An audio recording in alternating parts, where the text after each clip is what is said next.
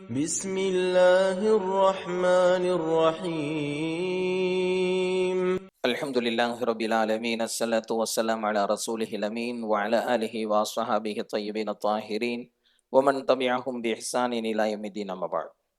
وقال الله تعالى في القرآن الكريم: أعوذ بالله من الشيطان الرجيم، بسم الله الرحمن الرحيم. وتعاونوا على البر والتقوى ولا تعاونوا على الإثم والعدوان.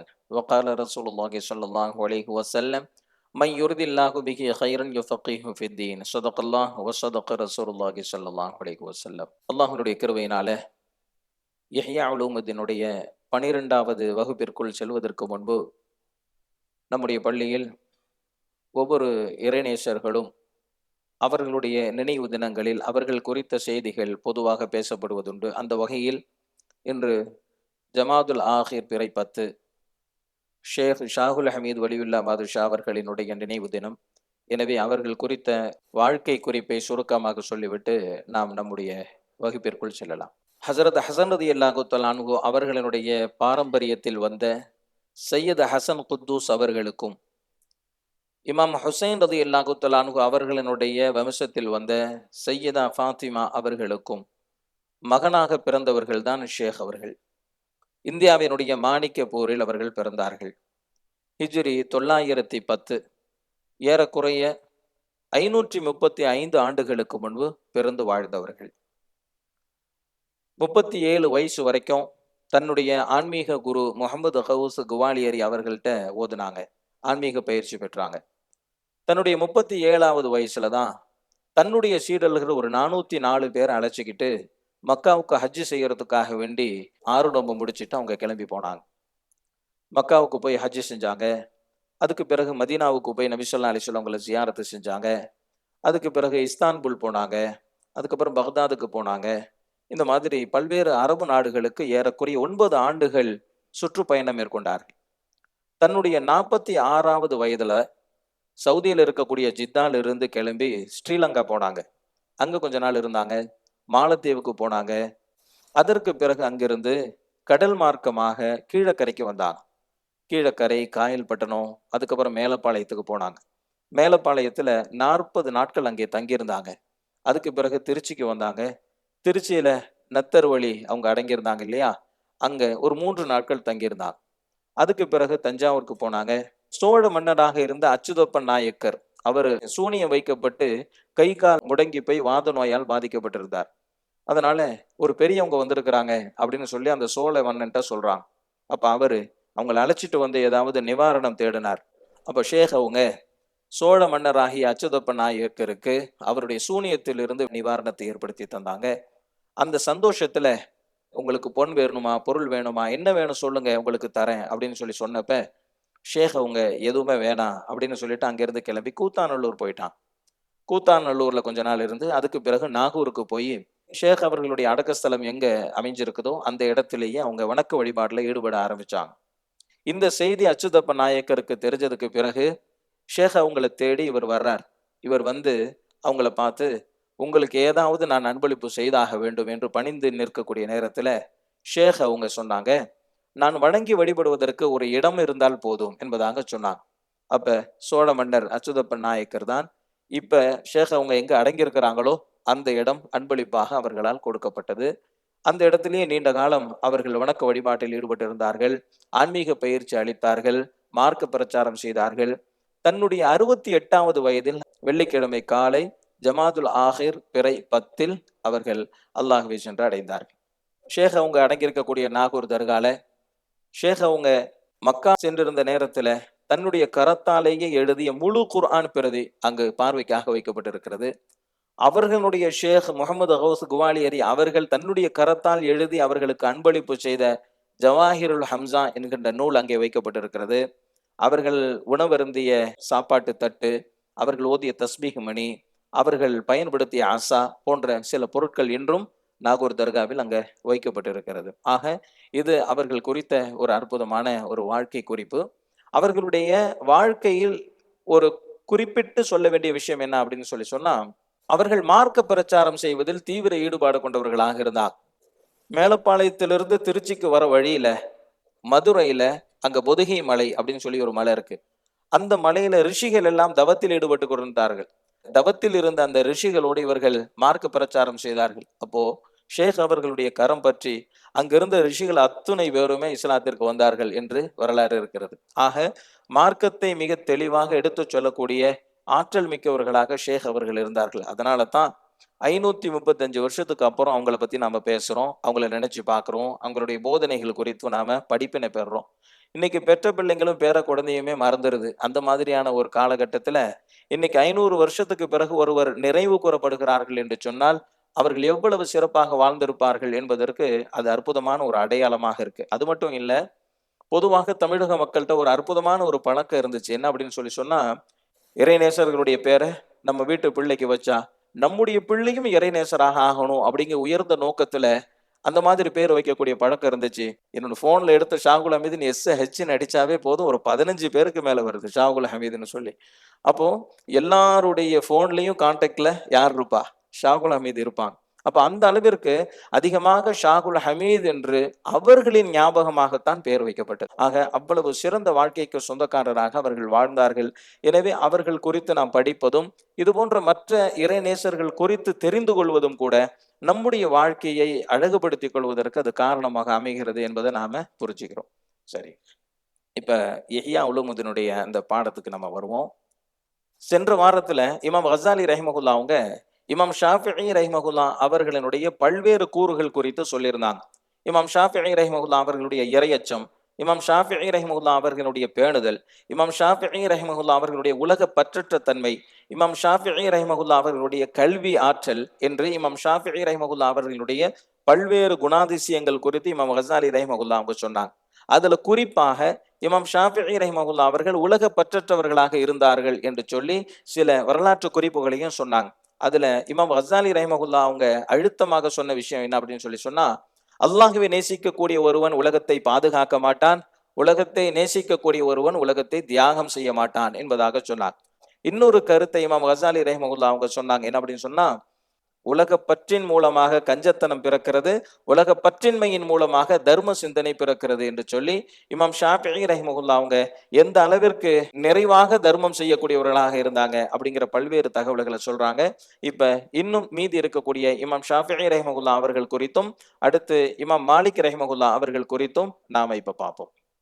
இமாம் கசாலி ரஹிமஹுல்லா அவங்க சொல்றாங்க, அல்லாஹு ஜல்ல ஷானுஹு தஆலா திருக்குர்ஆன்ல சொல்றான், இன்னமா யக்ஷல்லாஹ மின் இபாதிஹில் உலமா, நிச்சயமாக அல்லாஹ்வை அஞ்சக்கூடியவர்கள் மார்க்க அறிஞர்கள் என்பதாக அல்லாஹ் சொல்லுகிறான்.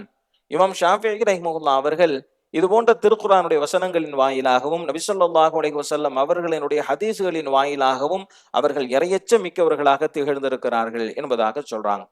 இமாம் ஷாஃபிஈ ரஹிமஹுல்லா அவர்கள் ஆத்ம ஞானம் பெற்றவர்களாகவும் உள பரிசுத்தத்தில் கவனம் செலுத்தக்கூடியவர்களாகவும் இருந்தார்கள் என்று சொல்லிட்டு ஒரு சில உதாரணங்களை சொல்றாங்க. இமாம் ஷாஃபிஈ ரஹிமஹுல்லா அவங்க சொல்றாங்க, உள்ளத்தில் எழக்கூடிய ஒரு தவறான உணர்வு தான் முகஸ்துதியும் பெருமையும். முகஸ்துதி அப்படின்னு சொன்னா மற்றவங்க எல்லாம் பாராட்டணும் அப்படிங்கிறதுக்காக வேண்டிய ஒரு காரியத்தை செய்யறது. பெருமை அப்படின்னு சொன்னா மற்ற எல்லாத்தை விட நான் தான் உயர்ந்தவன் என்கின்ற எண்ணத்தில் ஒரு காரியத்தை செய்வது. இதுதான் முகஸ்துதி பெருமை. ரெண்டுக்கும் சின்ன வித்தியாசம் தான். முகஸ்துதி அப்படின்னா மற்றவங்க எல்லாம் பாராட்டணும்னு நினைக்கிறது, பெருமை அப்படின்னு சொன்னா மற்றவங்க எல்லாத்தை விட நான் தான் சிறந்தவன் நினைக்கிறது.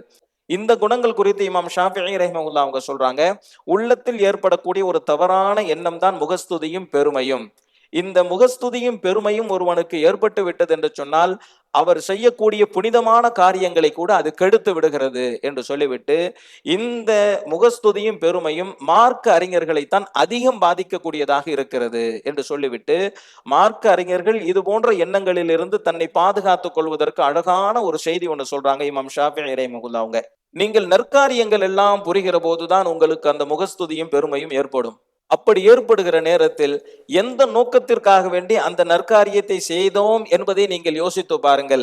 எந்த நோக்கத்திற்காக வேண்டி நீங்கள் செய்திருப்பீர்கள் என்றால் அல்லாஹ்விடமிருந்து நற்கூலி பெறுவதற்கும் தண்டனையில் இருந்து பாதுகாப்பு பெறுவதற்கும் தான் அந்த நற்காரியத்தை செய்திருப்பீர்கள். எனவே நாம் செய்த அந்த நற்காரியம் அல்லாஹ்விடம் நற்கூலி பெற்று தருமா என்றும் அல்லாஹ்வின் தண்டனையிலிருந்து பாதுகாப்பை பெற்று தருமா என்றும் நீங்கள் சிந்திப்பீர்களேயானால் உங்களுடைய உள்ளத்தில் பெருமையும் முகஸ்துதியும் அகன்று விடும் என்பதாக சொல்றாங்க. என்ன சொல்றாங்க? முகஸ்துதி பெருமை வருது உள்ளத்துல அப்படின்னு சொன்னா நீங்க அந்த நல்ல காரியத்தை ஏன் செஞ்சீங்க அப்படின்னு சொல்லி யோசிச்சு பாருங்க. ஏன் செஞ்சிருப்பீங்க? அல்லாட்ட நற்கூலி பெறணுங்கிறதுக்காகத்தான் செஞ்சிருப்பீங்க. தண்டனையிலிருந்து பாதுகாப்பு பெறணுங்கிறதுக்காக வேண்டித்தான் செஞ்சிருப்பீங்க. நாம செஞ்ச அந்த நற்காரியம் அல்லாஹ்வுடைய தண்டனையிலிருந்து பாதுகாப்பு பெற்று தந்து நற்கூலியை நிறைவாக பெற்று தருமா என்று நீங்கள் யோசிப்பீர்களேயானால் உங்களுடைய உள்ளத்தில் முகஸ்துதியும் பெருமையும் வராது என்பதாக சொல்றான். சுருக்கமா சொல்றதா இருந்தா, நீங்க செஞ்ச அமலை பத்தி யோசிக்காதீங்க, அந்த அமலுக்கான அங்கீகாரத்தை பத்தி யோசிங்கன்னு சொல்றான். நான் இவ்வளவு தொழுதேன், இவ்வளவு வருஷமா நான் தஹஜ்ஜத் தொழுறேன் அப்படின்னு சொல்லி நீங்க செஞ்ச அமலை பத்தி யோசிக்காதீங்க. உங்களுடைய தஹஜ்ஜத் எவ்வளவு தூரம் அல்லாஹ்ட்ட கபூல் ஆனுச்சு அப்படிங்கறத யோசிங்க அப்படின்னு சொல்லி சொன்னா உங்களுக்கு பெருமை பேசுறதுக்கு இங்க வழி பிறக்காது என்பதாக இமாம் ஷாஃபிஈ ரஹ்மத்துல்லாஹி சொல்றான். செய்தி விளங்குது இல்லையா? ரொம்ப தெளிவா. ஏன்னா இப்ப நம்ம இஷா தொழுதோம், முதல் ரக்காத்துக்கு எங்க இருந்தோம், ரெண்டாவது ரக்காத்துக்கு எங்க இருந்தோம், ருக்கூல எங்க இருந்தோம், சுஜூதுல எங்க இருந்தோன்றது நமக்கு தான் தெரியும் இல்லையா? ஆக நீங்க செஞ்ச அமலை பார்க்காதீங்க, அந்த அமலுக்கான கபூலியத்தை நீங்க பாருங்க. கபூலியத்தை பத்தி நீங்க யோசிச்சீங்க அப்படின்னு சொல்லி சொன்னா நீங்க செஞ்ச அமல் உங்களுக்கு முகஸ்துதியையும் பெருமையையும் தராது, பெருசா நீங்க சந்தோஷப்பட மாட்டீங்க அப்படின்னு சொல்லி இமாம் ஷாஃபிஈ ரஹ்மத்துல்லாஹி அவர்கள் சொன்ன ஒரு செய்தியை இமாம் கஸாலி ரஹ்மத்துல்லாஹி அவங்க இங்க கொண்டு வர்றாங்க. அடுத்து ஒரு அழகான செய்தி இமாம் ஷாஃபிஈ ரஹ்மத்துல்லாஹி அவங்க சொல்லக்கூடிய செய்தி என்ன அப்படின்னு சொல்லி சொன்னா, தன்னுடைய உள்ளத்தை பாவமான உணர்வுகளிலிருந்து பாதுகாக்க தெரியாத ஒருவனிடம் இருக்கக்கூடிய அறிவு பலனற்றதே. தான் எதை கற்றிருந்தானோ அதன் மூலமாக இறைவனை வழிபட்டால் அல்லாஹ் அவன் புறத்திலிருந்து இவருடைய உள்ளத்தை தவறான உணர்வுகளிலிருந்து பாதுகாப்பான் அப்படின்னு சொல்லிட்டு சொல்றாங்க. மனிதன் பொதுவாக சிலரை விரும்புவான், சிலரை வெறுப்பான்.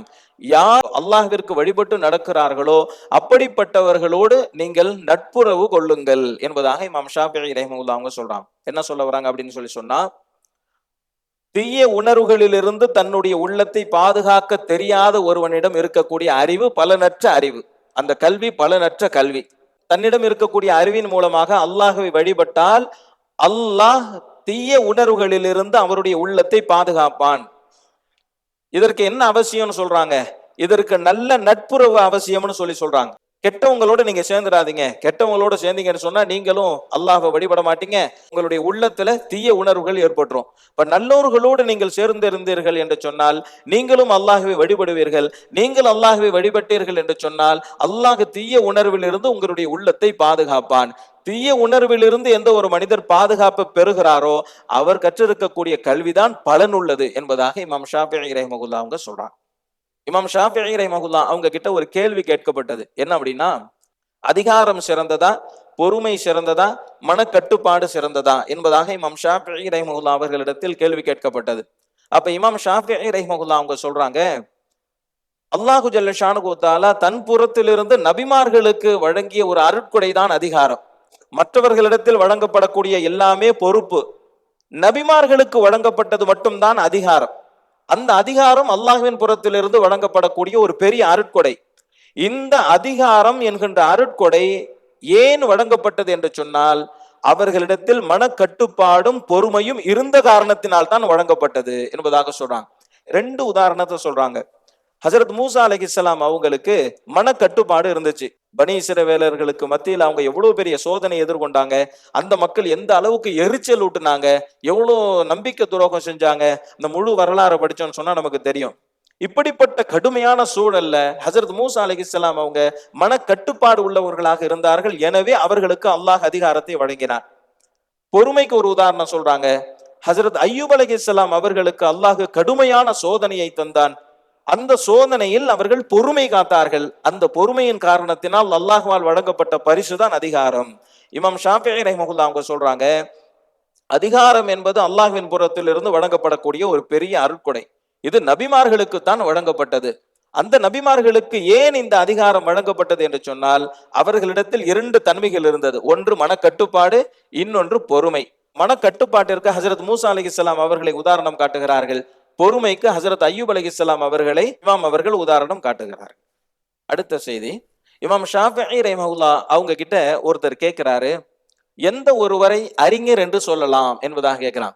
அறிஞர் என்று சொல்வதற்கு என்ன அளவுகோல் என்பதாக கேட்கிறாங்க. அதற்கு இமாம் ஷாஃபிஈ ரஹ்மத்துல்லாஹி அவர்கள் சொல்லுகிறார்கள், அறிவு பசியின் காரணத்தினால் அந்த அறிவை தேடிக்கொண்டே இருக்கிறான். எந்த அளவிற்கு என்று சொன்னால் மற்ற அறிஞர்களோடு ஒப்பிட்டு தான் அவர்களை விட அறிவு குறைந்தவன் என்று எண்ணி தான் கற்றிருக்கக்கூடிய கல்வி கடல் நீரில் ஒரு சொட்டு அளவே என்று எண்ணும் வரை ஒருவரை அறிஞர் என்று சொல்ல முடியாது என்பதாக இமாம் ஷாஃபிஈ ரஹ்மத்துல்லாஹி அவங்க சொல்றாங்க. அறிஞர் அப்படின்னு யாரை சொல்லலாம் அப்படின்னு சொன்னா, அறிவை தேடுவாரு தேடுவாரு தேடுவாரு எந்த அளவுக்கு அப்படின்னு சொன்னா போதும் என்கின்ற நிலைக்கே அவர் வரமாட்டார். மற்ற அறிஞர்களை பார்ப்பார். மற்ற அறிஞர்கள் தன்னை விட உயர்ந்தவர்களாக தெரிவாங்க. அவர்கள் நம்மை விட அறிவுஞானம் பெற்றவர்களாக தெரிவாங்க.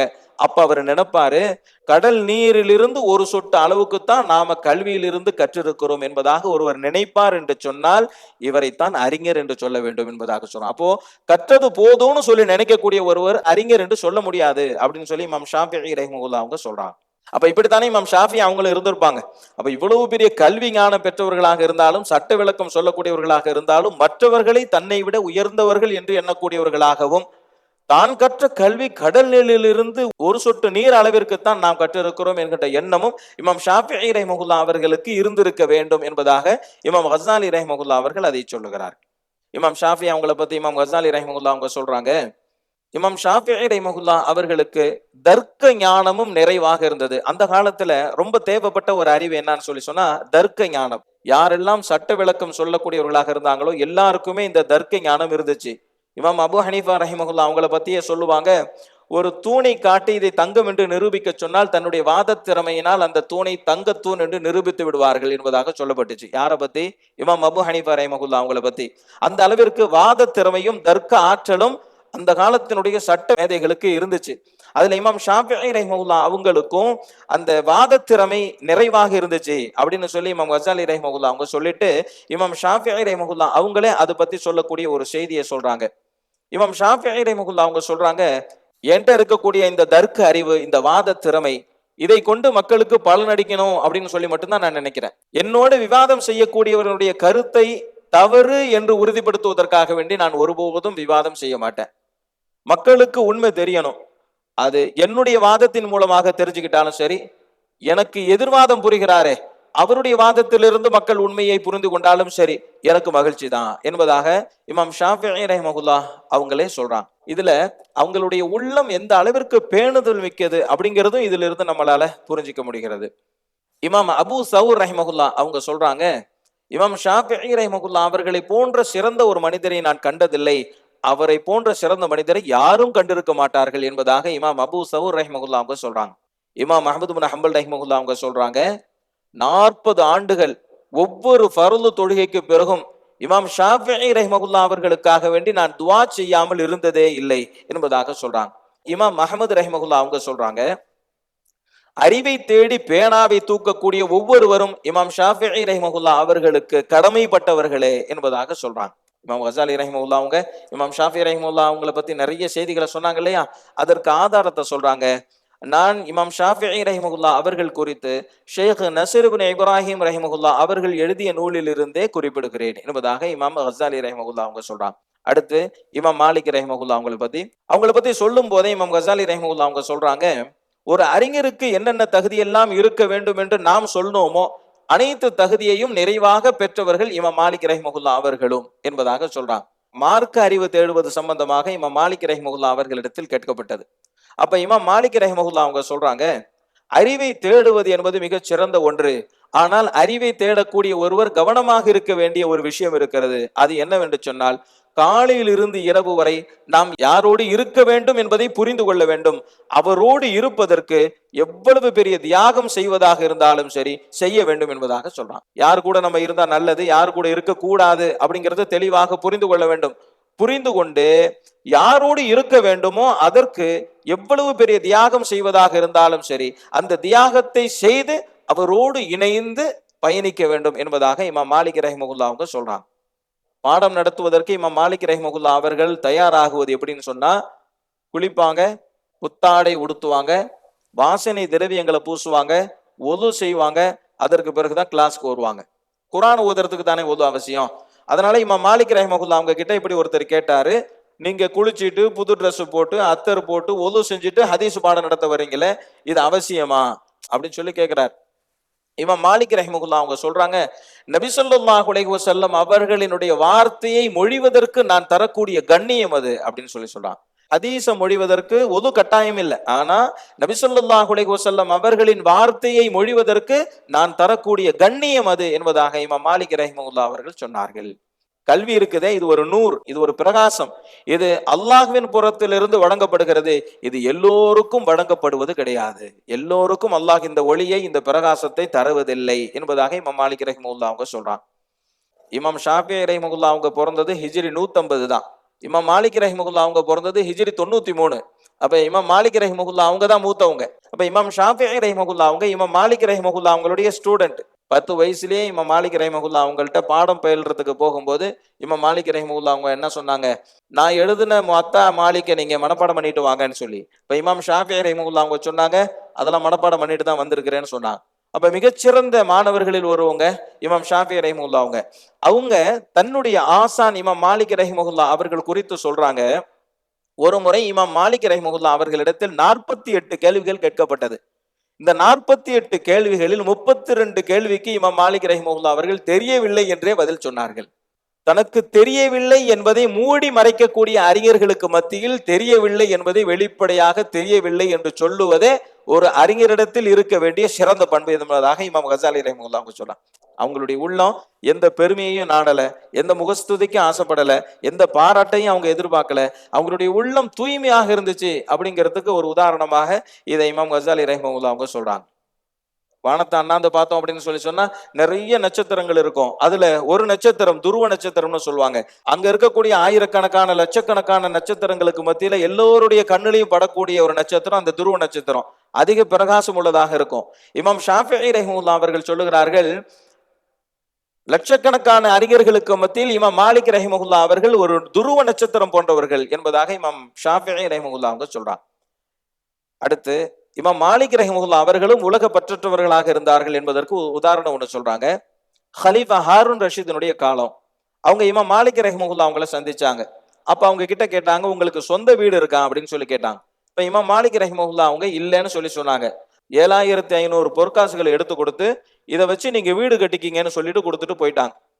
இமாம் மாலிக் ரஹிமஹுல்லாஹ் அவங்க அந்த 7500 பொற்காசுகளையும் அப்படியே எடுத்து ஒரு ஓரமா வச்சுட்டாங்க. ஒரு கட்டம் வந்துச்சு, ஹலீஃபா ஹாரூன் ரஷீத் இமாம் மாலிக் ரஹிமஹுல்லாஹ் அவங்களை கூப்பிட்டு விடுறாங்க. இப்ப இமாம் மாலிக் ரஹிமஹுல்லாஹ் அவங்க வர்றாங்க. அவங்க கிட்ட ஒரு 2 கோரிக்கை வைக்கிறார் ஹலீஃபா. முதலாவது கோரிக்கை என்ன அப்படின்னு சொன்னா, எல்லா ஹதீஸ்களையும் ஒன்று திரட்ட வேண்டும், இதைத்தான் பின்பற்ற வேண்டும் என்று நான் உத்தரவு போட போறேன், இந்த காரியத்தை செய்யணும். 2வது, நீங்க ஏன் கூடயே இருந்துருங்க அப்படின்னு சொன்னாங்க. இமாம் மாலிக் ரஹிமஹுல்லாஹ் அவங்க இருக்கிறது மதீனால, ஹலீஃபா ஹாரூன் ரஷீத் இருக்கிறது ஷாம்ல. இமாம் மாலிக் ரஹிமஹுல்லாஹ் அவங்களை கூப்பிட்டு அமைச்சாங்க இல்லையா, அப்ப வரும்போதே அந்த 7500 பொற்காசுகளையும் கையோடு எடுத்துட்டு வந்துட்டாங்க, முன்னாடி வச்சாங்க. வச்சுட்டு சொல்றாங்க இமாம் மாலிக் ரஹிமஹுல்லாஹ் அவங்க, நீங்க சொன்ன 2 காரியமும் சாத்தியமற்றது. ஒண்ணு என்ன அப்படின்னா, ஹதீஸ்கள் ஒன்று திரட்டணும்னு சொன்னீங்க இல்லையா, நபி ஸல்லல்லாஹு அலைஹி வஸல்லம் அவங்களுடைய காலத்துல சஹாபாக்கள் எல்லாம் ஒரே இடத்துல வசிச்சாங்க. நபி ஸல்லல்லாஹு அலைஹி வஸல்லம் அவங்களுக்கு பிறகு சஹாபாக்கள் பல பகுதிகளுக்கு போயிட்டாங்க. பல பகுதிகளில் இருந்த சஹாபாக்கள் அங்க இருக்கக்கூடிய மக்களுக்கு தன்னிடம் இருந்த ஹதீஸ்களை தான் போதித்தார்கள். அப்ப பல பகுதிகளில் இருக்கக்கூடிய மக்கள் அவர்களுக்கு போதிக்கப்பட்ட ஹதீஸ்களை தான் பின்பற்றி கொண்டிருக்கிறார்கள். இப்படிப்பட்ட ஒரு சூழல்ல ஹதீஸ்களை எல்லாம் ஒன்று சேர்த்து இதைத்தான் பின்பற்ற வேண்டும் என்று நீங்கள் சொன்னால் மக்களுக்கு மத்தியில் குழப்பம் ஏற்பட்டுவிடும். அதனால இந்த காரியத்தை செய்ய முடியாது. 2வது, அறிவுள்ள எவனும் மதினாவை விட்டு வெளியேற மாட்டான், எனவே 2வது விஷயமும் சாத்தியம் இல்லை அப்படின்னு சொல்லி இமாம் மாலிக் ரஹிமஹுல்லாஹ் அவங்க சொல்றாங்க. இதற்கு கீழே இமாம் கசாலி ரஹிமஹுல்லாஹ் அவங்க சொல்றாங்க, இமாம் மாலிக் ரஹிமஹுல்லாஹ் அவர்கள் சத்தியத்தை திறம்பட எடுத்து சொல்வதற்காக வேண்டி, யாருக்கும் அடிபணிய கூடாது என்பதற்காக வேண்டி அந்த பணத்தை திரும்ப கொடுத்துட்டாங்க அப்படின்னு சொல்லி இமாம் கசாலி ரஹிமஹுல்லாஹ் அவங்க அதுக்கு கீழே சொல்றாங்க. நபி ஸல்லல்லாஹு அலைஹி வஸல்லம் அவங்க மேல இமாம் மாலிக் ரஹிமஹுல்லாஹ் அவங்க வச்சிருந்த அந்த அன்பும் மரியாதையும் எந்த அளவுக்கு இருந்துச்சு அப்படிங்கிறதுக்கு ஒரு செய்தி ஒன்று சொல்றாங்க. என்ன அப்படின்னு சொன்னா, இமாம் மாலிக் ரஹிமஹுல்லாஹ் அவங்க கிட்ட அவர்களுடைய மாணவர் கேட்டாரு, பயணம் செய்யறதுக்கு ஒரு குதிரையோ ஒட்டகமோ நீங்க வாங்கிக்கலாமே என்பதாக சொன்னாங்க. அப்ப இமாம் மாலிக் ரஹிமஹுல்லாஹ் அவங்க சொன்னாங்க, நபி ஸல்லல்லாஹு அலைஹி வஸல்லம் அவர்கள் நடந்து வந்த இந்த மதீனாவின் தெருக்களில் ஒட்டகத்தின் மீதும் குதிரையின் மீதும் சவாரி செய்வதற்கு நான் வெட்கப்படுகிறேன் என்பதாக இமாம் மாலிக் ரஹிமஹுல்லாஹ் அவர்கள் சொன்னார்கள் அப்படின்னு சொன்னா, நபி ஸல்லல்லாஹு அலைஹி வஸல்லம் அவங்க மேல வச்சிருந்த அன்புக்கும் கண்ணியத்திற்கும் ஒரு உதாரணமாக இதை சொல்றாங்க. இல்மின் மீது இமாம் மாலிக் ரஹிமஹுல்லாஹ் அவர்கள் வைத்திருந்த அந்த கண்ணியத்தை சொல்றாங்க. ஹலீஃபா ஹாரூன் ரஷீத் அவங்க இமாம் மாலிக் ரஹிமஹுல்லாஹ் அவங்க கிட்ட, என்னுடைய அரண்மனைக்கு வந்து எங்கள் வீட்டு குழந்தைகளுக்கு நீங்கள் பாடம் சொல்லி தர வேண்டும் என்பதாக சொன்னாங்க. அப்ப இமாம் மாலிக் ரஹிமஹுல்லாஹ் அவங்க சொன்னாங்க, இந்த இல்மு மிகவும் சிறந்தது, இதை தேடி வர வேண்டுமே தவிர இது தேடி வராது என்பதாக சொன்னார். கல்வி கற்கணும்னு சொன்னா நீங்க இங்க வாங்க, பிள்ளைங்களை இங்க அனுப்புங்க, நாங்க அங்க வர முடியாதுன்னு சொல்லிட்டான். இப்ப ஹலீஃபா ஹாரூன் ரஷீத் கேட்டாங்க, இதற்காக வேண்டி நான் ஷாமில் இருந்து மதினாவிற்கு பிள்ளையை அனுப்ப முடியுமான்னு கேட்டார். இமாம் மாலிக் ரஹ்மத்துல்லாஹி அவங்க சொன்னாங்க, ஒரே ஒரு வார்த்தையை தாங்கி கொண்டு 7 வானத்திற்கு அப்பாலிலிருந்து ஜிப்ரையில் வருகிற போது ஷாமில் இருந்து மதினா வர முடியாதா என்பதாக கேட்டான். ஒரு சந்தர்ப்பத்துல ஒரே ஒரு வார்த்தையை மட்டும் வஹியாக ஹஸரத் ஜிப்ரைல் அலைஹிஸ்ஸலாம் அவங்க கொண்டு வந்தாங்க, ஒரே ஒரு வார்த்தை. அதைத்தான் இமாம் மாலிக் ரஹ்மத்துல்லாஹி அவங்க சொல்றாங்க. என்ன அப்படின்னு சொன்னா, 7 வானத்திற்கு அப்பாலிலிருந்து குர்ஆனினுடைய ஒரு வார்த்தையை கொண்டு வந்திருக்க, அதை கற்பதற்காக வேண்டி ஷாமில் இருந்து மதினா வர முடியாதா என்பதாக சொன்னார்கள். எனவே அதற்கு கட்டுப்பட்டு ஹலீஃபா ஹாரூன் ரஷீத் அவர்கள் தன்னுடைய பிள்ளைகளை மதினாவிற்கு அனுப்பி பாடம் பயில வைத்தார்கள் என்று ஒரு வரலாறு. இது இமாம் மாலிக் ரஹிமஹுல்லா அவர்கள் இந்த மார்க்கத்தின் மீதும் இந்த மார்க்க கல்வியின் மீதும் அவர்கள் கொண்டிருந்த கண்ணியம் எப்படி இருந்தது என்பதற்கு ஒரு உதாரணமாக சொல்றாங்க. ஆக இமாம் கஸாலி ரஹிமஹுல்லா அவங்க கடைசியில சொல்றாங்க, இவர்கள் எல்லாம் ஆத்ம ஞானம் பெற்றவர்களாக, உள்ளும் புறமும் தூய்மையானவர்களாக இவர்கள் இருந்தார்கள் என்று நாம் இதனால் தான் சொல்கிறோம் என்பதாக சொல்லிட்டு இதை நிறைவு செஞ்சுட்டு அடுத்ததாக இமாம் அபு ஹனீஃபா ரஹ்மத்துல்லாஹி அவர்களை பற்றி சொல்றாங்க. இன்ஷா அல்லாஹ் இது குறித்து ஒவ்வொரு ஞாயிற்றுக்கிழமையும் மக்ரிபு தொழுகைக்கு பிறகு இஹ்யா உலூமுத்தீனுடைய வகுப்பு நடைபெறுகிறது. இது 12வது வகுப்பு. இன்ஷா அல்லாஹ் 13வது வகுப்புல இன்ஷா அல்லாஹ் நாம் தொடர்ந்து பார்க்கலாம். அல்லாஹு ஜல்ல ஷானுஹு தஆலா இமாம் கஸாலி ரஹ்மத்துல்லாஹி அவர்களினுடைய இந்த இஹ்யா உலூமுத்தீன் மூலமாக நம்முடைய உள்ளத்தை அல்லாஹ் பரிசுத்தப்படுத்துவானாக.